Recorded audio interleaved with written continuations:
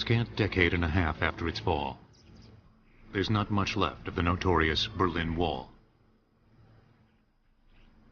The barrier that once split the world is now a relic, innocuous, decomposing, overrun with bushes and weeds.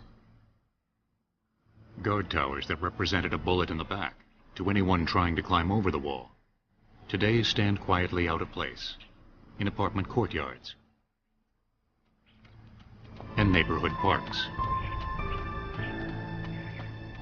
The longest surviving stretch of the wall, a 4,200-foot run known as the East Side Gallery, is more noted today for its art than its past. But in its time, the Berlin Wall stood as the most menacing, implacable, spookily evocative piece of infrastructure in the world. This was the central fault line of the Cold War, the dividing line between East and West, communism and capitalism, the two dominant and irreconcilable systems of our time. These were tectonic plates.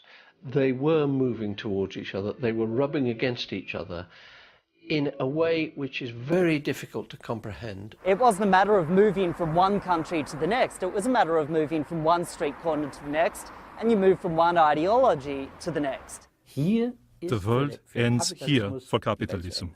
A better socialist society starts here. I was convinced of it. Ideology aside, the Berlin Wall was also a monumental, if bizarre, feat of construction and design. A 96-mile double barrier, complete with hundreds of watchtowers and a horrific death strip that aimed at nothing less than the absolute division of a major European capital. It was a poor country trying to construct the pyramids in the middle of a city. And they did it slightly on the cheap because they had to. They didn't have any alternative. But even so, they did a hell of a job in making it very, very difficult to get out of. Very difficult indeed. The roots and the desperate logic of the wall go back to the end of World War II and the unraveling of relations between former allies. At war's end, Germany was divided into 4 zones, one each for the United States, Britain, France, and the Soviet Union. The capital city of Berlin lay 110 miles inside the Soviet zone, and it too was divided in 4, one sector for each of the Allies. The Soviets, who took Berlin after weeks of fierce fighting, laid claim to the largest sector, East Berlin, which occupied about 40% of the city and contained 1.1 million inhabitants. The US, Britain, and France had control over West Berlin and its 2.2 million citizens. The 200-year-old Brandenburg Gate was one of the few structures to survive the war. It stood at the dividing line between the Soviet and Allied sectors, between East and West Berlin. Post-war Berlin was a wasteland, and refugees poured from the east into the west, where reconstruction, fueled by the Marshall Plan, was dramatic. To staunch the flow, the Soviets imposed a land blockade around West Berlin in 1948, designed to starve the Allies out and bring the entire city under Soviet control. It was foiled in dramatic fashion by an American airlift. Non-stop sorties, one every 2 minutes, 24 hours a day, supplied all the needs of the city for 11 months. The Soviets finally lifted the blockade on May 12, 1949. By now, the former Allies were bitterly at odds, and yet, despite political differences, the border between East and West Berlin was surprisingly open and free. The 800-year-old city shared a common infrastructure. Everything from mail delivery to subways was jointly operated, and some 60,000 East Berliners worked on the west side. That was the real problem in Berlin, that it was an open city and people could be spot checked by the police, but they couldn't really get a handle on people crossing between the two halves of the city. Over the next decade, the refugee problem worsened. East Germany was losing over 100,000 people a year, 3/4 of them through Berlin. and Soviet Premier Nikita Khrushchev was renewing demands for Allied troops to leave the West. The regime finds out in 1958 that they're actually losing more doctors in a year than they can actually train in a year. So they're beginning to go backwards. In 1961, when East Germany was starting literally to melt away to the West because the West was prosperous, the East German government examined the options, and there was only one option, and that was to build a wall to stop them going. There was nothing else they could do. And yet, what happened at midnight, August 13th, 1961, caught everyone by surprise. In the history of the planet, no one had ever thought of trying to forcibly divide a city the size of Philadelphia in two with a wall. There was a huge CIA presence in West Berlin looking for what the East German regime would have to do to staunch the flow of the refugees. They concluded that bisecting the city was impossible. This was not an option. To take an old-fashioned, intertwined, unified European capital city that's been there for 1,000 years and split it down all boundary lines can't be done.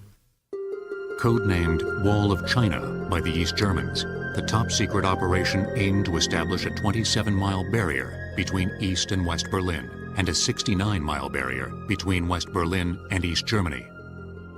Foreigners would still be allowed across the border through a handful of checkpoints, but East Germans, especially East Berliners, would not. The operation, conceived by East German President Walter Ulbricht and approved by Khrushchev, was launched at midnight Sunday morning to catch the city off guard. Within 24 hours, barbed wire had been nailed onto concrete posts through 5.16 miles of central Berlin. 67 of the 81 crossing points between the East and West were sealed off. Movement through the remaining checkpoints was strictly controlled. I listened to the news at 7 a.m., August 13th, and I immediately woke my brother. We then took our bicycle and drove along the borders and saw how the concrete holes were inserted into the asphalt with the help of jackhammers.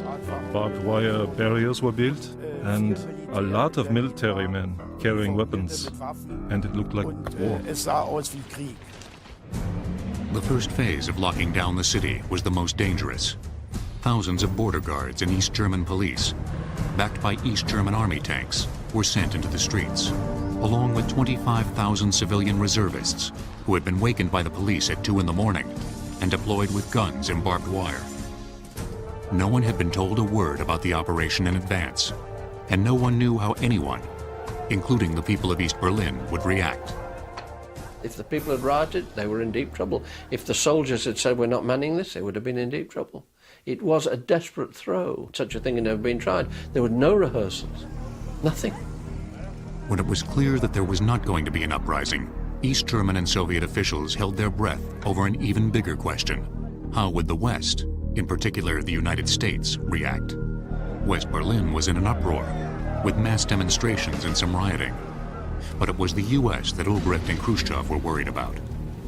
The East German authorities are terrified that the West might actually respond, that might be a war, so that they're being very careful not to provoke the West. And there are orders that if they shoot, they shouldn't shoot so that any bullets enter West Berlin. They can only shoot parallel to the wall or back into territory. In Washington, President Kennedy closely monitored events. But as the days went by, it became clear that as long as the East left West Berlin alone, he was not going to take military action.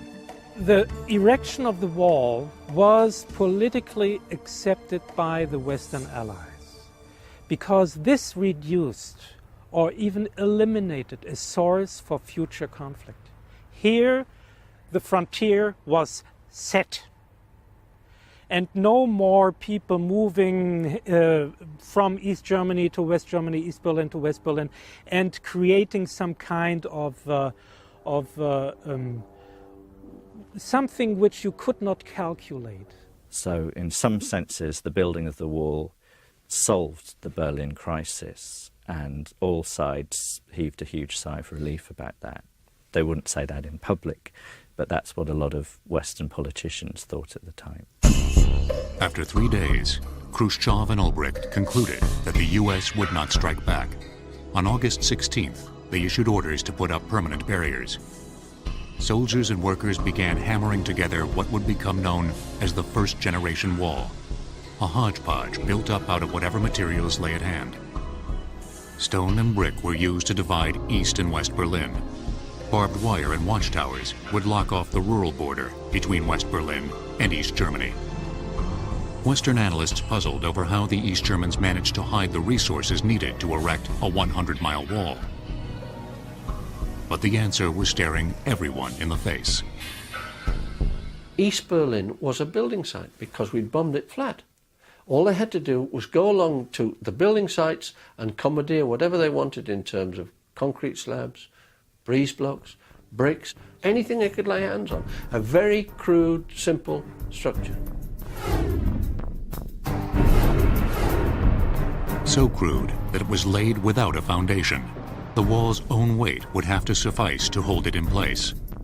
And so extensive that materials that had been earmarked for the construction of 20,000 apartment units were used to build the wall. The makeshift primitive look of the structure, barbed wire visible everywhere, nakedly announced its intent to lock in anyone who might be thinking of leaving, including the men who built it. I remember interviewing one of them and asked him how he actually felt about this, and he said that deep down, this really was gut-wrenching work, that he really felt he was walling off part of his family from his other relatives. On the other hand, many in the East were relieved to see the government finally taking action. There was widespread resentment against the young professionals, trained at state expense, who had fled to the West. Moreover, World War II had exposed the horrors of German fascism, and there was a strong desire to take the country in a new direction. Many felt that the wall gave the socialist system a chance. The Berlin Wall had a special meaning, concerns saving the socialist bloc. It was a necessity for us because there was an immense rich world against us. And we had to overwhelm it. But stopping the flow of refugees with a wall would prove to be a difficult and bloody undertaking. Historically, monumental walls have been few. Hadrian's Wall, marking the edge of the Roman Empire. The 1,500-mile Great Wall of China. The Maginot Line, a wall of fortifications designed to keep the Germans out of France after the First World War. And the Atlantic Wall, put up by the Germans during World War II to block an invasion across the English Channel. But the Berlin Wall was different. Officially, it was called an anti-fascist protective barrier. But it was obvious from the start that its purpose was not to keep enemies out, but to keep the 1.1 million people of East Berlin in. Its impact on the city was immediate and profound. Following the post-World War II border between East and West Berlin, the wall blindly zigzagged through the city, cutting through streets, railroad tracks, bridges, and whatever else lay in its path. 15 public transportation routes that had tied East and West together were abruptly abandoned, creating eerie ghost stations through which no trains stopped. Innumerable families and friends were splintered and torn apart. You had these very, very tragic situations where a couple would get married in the West and would go to a predetermined point at the wall, sometimes the women wearing their wedding dresses, so that the relatives in the East could wave to them, but even that was forbidden. And they built the wall to such a height that people couldn't see over it, and they bricked up the windows, and it was an offence to wave to people in the West. Some of the most harrowing dramas took place on Bernauer Street, where a long row of apartment buildings stood on the exact border between East and West Berlin. People living in these houses, when they looked out of the window, their head was in the west side and their foot still in the east. So it was here on this side, it was very simple to escape in the first hours of the wall. Some desperate residents jumped into the nets of West Berlin firemen who encouraged them from the street below. At least 2 elderly people died when they missed the nets. The most dramatic incident involved 77-year-old Frieda Schultz, who was caught in a tug of war that epitomized the city's plight, with East German police trying to drag her back through the window and West Germans trying to pull her down. Authorities in the East moved quickly to seal off Bernauer Street, evicting 2,000 people from 87 buildings on September 20th, then bricking up 1,253 windows and doors. The buildings were eventually demolished to make room for the wall. Bernauer Street wasn't the only weak link in the first-generation barrier. Hundreds of people made it through poorly guarded sections of barbed wire, which was used in place of stone in less populated parts of the city, and on the rural border between East Germany and West Berlin. Others smashed vehicles, including this homemade tank, through thin barriers of concrete. This section of the wall was knocked out by a truck in 1962. Border guards were among the early escapees.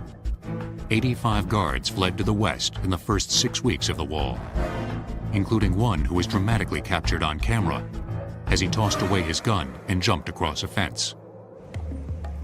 Rudi Turo was a border guard from 1955, until he made a run for it with 3 civilians on February 21st, 1962. Wearing his sergeant's uniform, he pulled rank on his fellow guards, ordering them to go to a different checkpoint. He then led the refugees to the wall. Things went well until one of them got tangled in barbed wire. In diesem Augenblick wurde sofort von der Schusswaffe gebraucht. At that moment, some other border guards who saw us immediately used their weapons, and I was forced to shoot continuously above their heads. Dann sind wir in West-Berlin in ein Haus. And then we escaped into a house in West Berlin, and we were freed by American soldiers. Not all escapes were successful. The first person to be shot to death while crossing the wall was a 24-year-old tailor named Gunther Litvin. Litvin was killed on August 24th while trying to swim to the west across the Humboldt Canal. I went home on the 26th at 3 in the morning, where I found my mother crying in the apartment, which had been completely taken apart. Nobody said that my brother had been shot. We learned that in the evening, during the program of the Berlin TV station SFB. I went to forensic medicine in order to find my brother and identify him. I broke the coffin open and saw that my brother seemed to be completely unhurt. He had only a band-aid on the tip of his chin where the bullet had come out. Litvin's death sent a chilling message to everyone in Berlin. But it was another death a few months later that shocked the city to its core. 18-year-old Peter Fechter was shot in the back while scaling the wall that used to stand right here, just in front of Checkpoint Charlie. For over an hour, he cried for help, but was left to die. Both the American troops and the East German guards were afraid the other side might shoot if they tried to help. He was laying at the foot of this wall, crying out, "Help me, help me." And nobody could help him. They had to order 3 soldiers, and it took a long time to get the 3 soldiers there, who went to retrieve him and carried him away like a rag doll. So this was at least a psychological signal for all those who had in their minds to cross the wall. Very risky. Don't do that. If individual deaths were horrifying, the wall engendered other dramas that were nerve-wracking for the world. None more so than a showdown at Checkpoint Charlie between Soviet and American tanks that began on October 25th, 1961, just 2 months after the wall was installed. Under the World War II Four Powers Agreement, the U.S. had absolute right of movement into East Berlin, but suddenly, East Berlin began to contest that right and would not let American jeeps pass without showing papers. In the jittery context of the Cold War, it was just the kind of incident that could spin out of control, especially with 30 US and 32 Soviet tanks facing each other, engines running, cannons loaded. The world was genuinely frightened. This was the Cuban Missile Crisis, but 40 yards apart. The worst case scenario was that somebody would lose a nerve. A soldier with a gun in a building would lose his nerve and a tank would fire, and they're firing on us, we're firing on them, and it goes all the way back. The crisis ended after 3 days when Khrushchev ordered the Soviet tanks to slowly back away, and the East Germans once again allowed US soldiers to move freely in and out of Berlin. Despite such showdowns, the wall continued to evolve.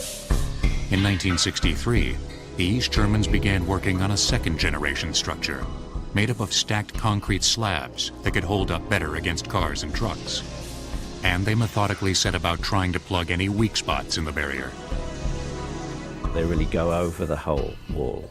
The leadership, Honecker and the generals, literally pace out the wall. They walk along every step of the way. They check out the sewers, they check out the rivers.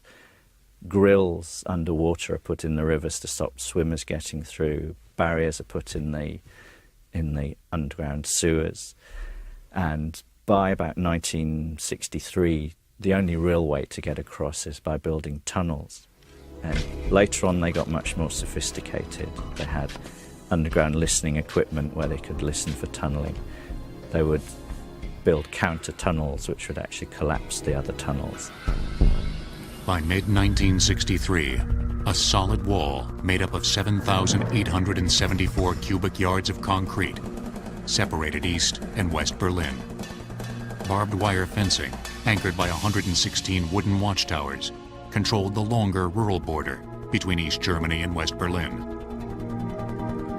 A 100-yard border zone was added to the entire wall in June of 1963. Anyone entering the zone without proper authorization was arrested.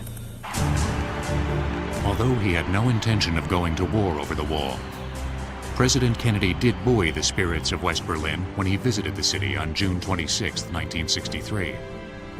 1.5 million Berliners, nearly 70% of the population, turned out for his speech.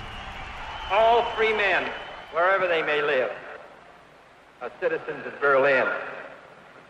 And therefore, as a free man, I take pride in the words, Ich bin ein Berliner. I think many West Berliners were extremely touched that Kennedy was prepared to come and show his solidarity. And that was, if you like, a political statement. It meant I am prepared to defend democracy in the West. But Kennedy's visit also made it clear that the wall was a fact of life that was not about to disappear. Indeed, in purely physical terms, the Berlin Wall was only just beginning to take shape. From a design point of view, the bizarre challenge of the Berlin Wall was figuring out how to create a barrier that really could keep the 1.1 million people of East Berlin trapped inside. No single wall could do that, at least not one that the East Germans with their scarce resources could afford. Instead, they devised a wall system that used layer upon layer of surveillance, detection, obstruction, and control. By 1965, the wall was actually 2 walls, each 10 to 12 feet high, made of either concrete or wire mesh fence, and separated by 30 to 100 yards, depending on terrain. In between was the death strip, in which most would-be escapees were caught or killed. Here, the devil was truly in the details. Anyone who managed to scale the inner wall had to then get past a 6-foot wire mesh fence, topped with rows of barbed wire and rigged with alarms. Beyond that lay landmines and self-activating firing mechanisms triggered by tripwire, which were deployed in rural areas. Those trying to escape by vehicle had to plow through upturned railroad tracks and an anti-tank ditch, strategically spaced watchtowers, high-intensity searchlights, concrete bunkers, and armed patrols added to the morbid excess of urban lockdown. Both inner and outer wall were painted bright white, against which fugitives could be more easily detected. The land between the walls was chemically sprayed throughout the year. There was a space of about 50, maybe 100 meters, which was kept clear of any vegetation. Berlin is built on sand, so it was very sandy, and it would be raked clean every day to show any footprints that showed up. Dogs provided yet another layer of detection. The dogs were tethered on stakes on long leads so they could roam. The leashes extended from one dog to the next to the point where they were virtually nose to nose but couldn't attack each other, but were so close that nobody could run between them. Meanwhile, the wall itself continued to evolve. In 1968, the old improvised barrier was taken down and replaced with a third-generation wall, a, quote, modern border, made up of prefabricated sections and anchored by steel beams. Guards, of course, were the key to the whole system. 8,000 border guards were carefully selected for their ideological reliability. Berliners were excluded because it was thought they might balk at shooting other Berliners. Those with relatives in the West were also disqualified. Guarding the border was both tedious and nerve-wracking, with long shifts, harsh conditions, and disturbing orders. Die Moral war bei den Grenzpolizeieinheiten katastrophal. In the unit where I was deployed, the morale was devastated. Many soldiers had to serve for 12 hours, and the discipline was disastrous. They drank a lot of alcohol because a lot of comrades did not agree with the use of weapons. In other words, with the orders to fire. Also mit dem Schießbefehl. They were generally armed with Kalashnikov, semi-automatic rifles, and very soon after the wall went up, there was a so-called shoot-to-kill order. And it's quite clear from the internal orders, which Honecker personally supervised, that border guards were expected to shoot as a last resort, but they were expected to shoot and not to miss. Indeed, East German President Walter Ulbricht himself presented this flag to the guards, who killed Peter Fechter, honoring them as the best border unit of 1962. Walter Ulbricht went to the border guards to say thank you for a dead one at the wall. He had a special flag produced with his own portrait on it. We will gain victory with Walter Ulbricht. When you look at it from the East German point of view, they had to motivate those people. Otherwise, they would flee themselves. And, well, at least several ones have done so. To reduce the risk of escape, guards were always paired up, strangers controlling each other. Fully 1/5 of the guards belonged to the Stasi, East Germany's notorious secret police. So there were these strange feeling out conversations between two of them who didn't quite trust each other and didn't know if the other one was Secret Service or would report on them. So you have two people not trusting the other one, looking out across possibly 10 or 15 yards to a wall, and then the West with this galaxy of neon. The watchtowers were Spartan. No toilets, no cooking facilities, no heat. Trips to the bathroom and shift changeovers were carefully coordinated. To replace them, a jeep came along with two replacements. And one of the replacements went up to the watchtower and replaced one who went down. And the second one went up from the jeep and replaced the one who went down, and they drove off, so that at no stage were they off balance. Adding to the queasy strain of the job was the fact that it was dangerous. 16 border guards were shot to death while serving at the Berlin Wall. And this became, if you like, part of the propaganda in East Germany, that these were the guards of peace at the border between two worlds, and monuments would actually be set up to the guards. But after the end of the war, it was discovered that about half of these men were actually killed by their own troops in firefights where one guard was trying to escape from his fellow and decided to make sure and put a bullet in his fellow guard. And that was something which East Berliners did not know at the time. Something else that no one knew, of course, was that the Berlin Wall, a seemingly permanent piece of the Cold War landscape, was living on borrowed time. By the 1970s, East Germany had evolved into one of the strongest economies in Eastern Europe. The turnaround was due in large part to the stabilizing influence of the wall, which effectively cut off the brain drain of refugees and kept the social system intact. But rising stature in the world community made East Germany increasingly sensitive about its most famous and embarrassing piece of infrastructure. In 1975, the East Germans began constructing a fourth-generation wall, a makeover designed to give the barrier a cleaner, more respectable look. It was also designed to make the wall even tougher to breach. Dozens of East Berliners were still trying to escape each year, usually at checkpoints with false papers, but sometimes through the wall. The latest renovation would make that more difficult. 45,000 easy-to-install, weather and pollution-resistant, L-shaped segments replaced the old wall that separated the two Berlins. The bottom of the L extended horizontally more than 6 feet in the ground to make the wall impregnable to cars and trucks. Each segment was 3.9 feet wide and 11.8 feet high. The top of the wall featured a new refinement, a rounded crown made of sewage piping that made it even harder to scale.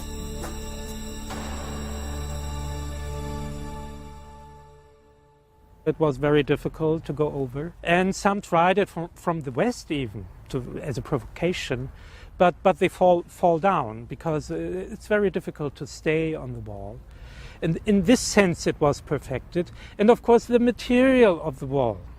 When you look at it, you can see it right now at the remains of the wall. There was steel in it and concrete, which was very, very tight. So it would even resist, I think, a light tank. The impregnability of the fourth-generation wall was tested by the border guards themselves. Mock-ups of the wall were built at their training barracks southeast of Berlin, and initially they would try to defeat the wall. They would try to pole vault it, they would try to blow it up, and in one instance they used an old T-34 tank to try and ram the wall, and they were always defeated. The cleaner-looking revised wall may have been bad news for people who wanted to get out, but it did have a silver lining, at least for some in the West. This is the wall which became a gift to Western graffiti artists. It was just so smooth and irresistible that they would cover it in graffiti, and at regular intervals the East German border guards would go out through these little secret doors they had in the wall and respray it white, but within weeks the thing would be this multicoloured giant paintboard, really. The image makeover continued into the 1980s. One by one, the more visually disturbing components of the wall system were eliminated. The tank barriers made of upright railroad tracks and the automatic firing mechanisms. But East Germany had no intention of doing away with the wall. Indeed, the government proudly celebrated the 25th birthday of its anti-fascist protective barrier in 1986. At the same time, it began drawing up plans for a minimally manned 21st century version of the structure, dubbed Border Wall 2000. Plans were being made to use microwaves, to use electronic technology, to use heat sensors to detect escapers. I think this would have cost the state an enormous amount of money, but given past experience, the East Germans would have spent that money. If you seek peace.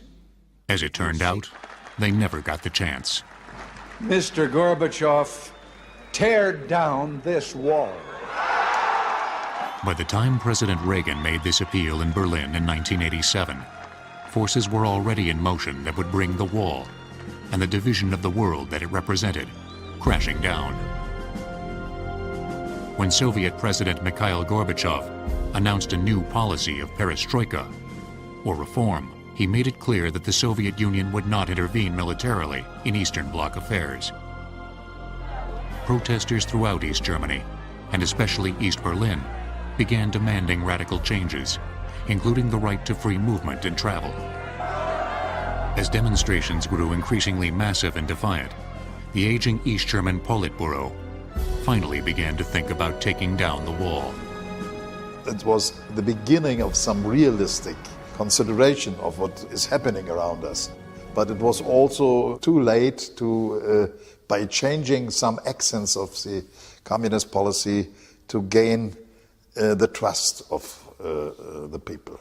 On November 9th, 1989, Günter Schabowski made this stunning announcement. All travel restrictions between East and West Berlin were over. The wall had come down.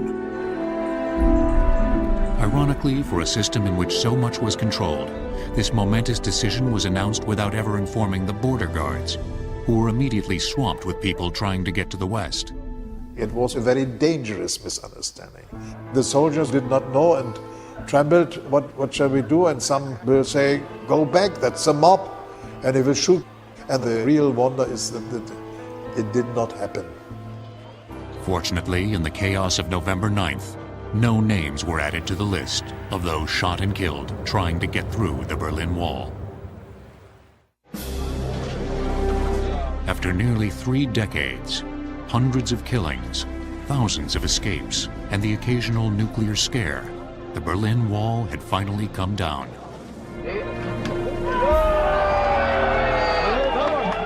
For many who had grown up with the wall, it was hard to believe that it was really history.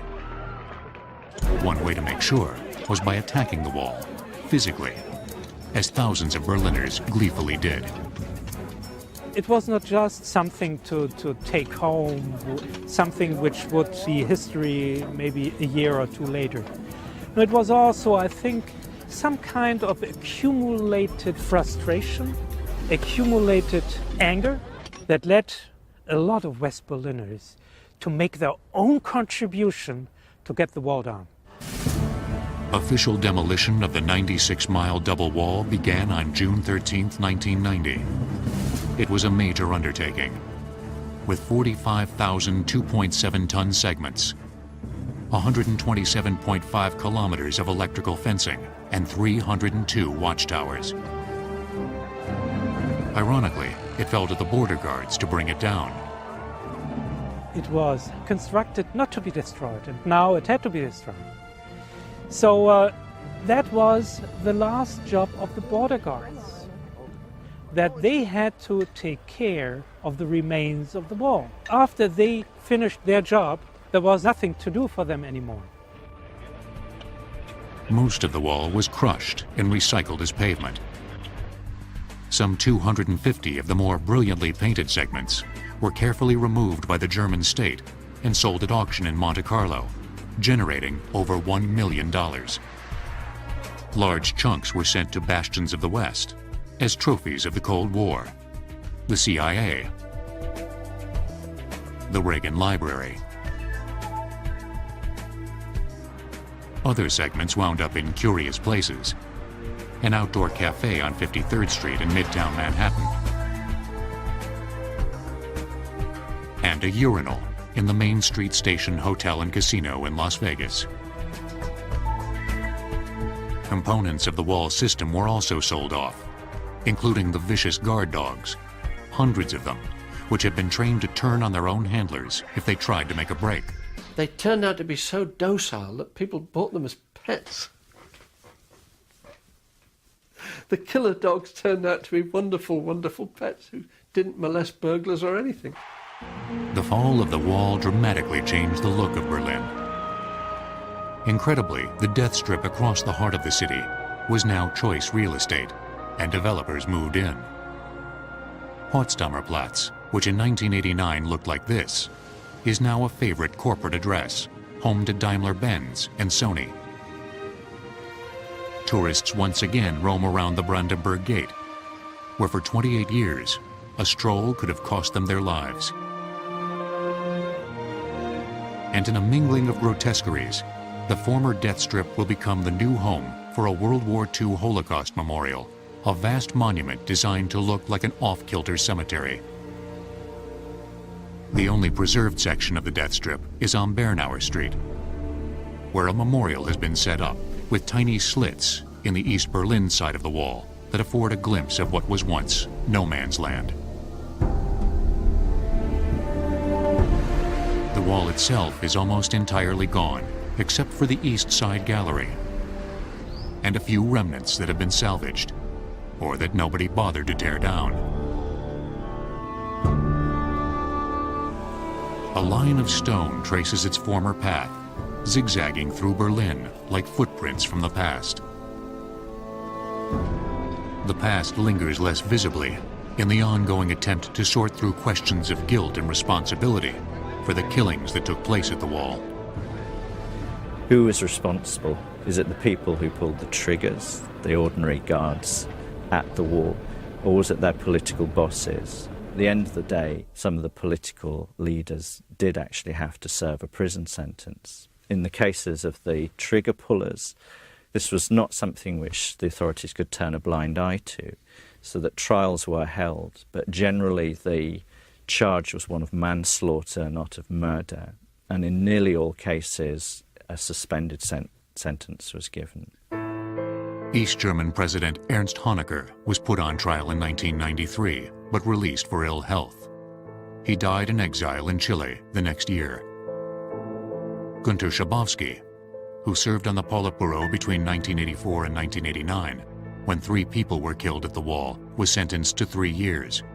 He is the only high-ranking member of the East German government to take responsibility for the deaths.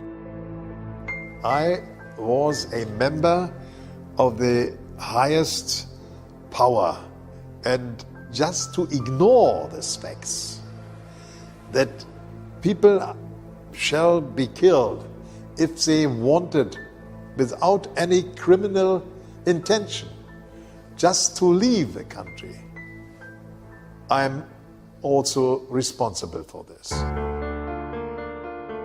The concept of the wall is control. So if you control everything, you solve problems. This concept leads to death. And it took all your resources. So in a way, this wall building strikes back. And here you can learn from a country who was very perfect in doing it. It doesn't work. It doesn't work at all.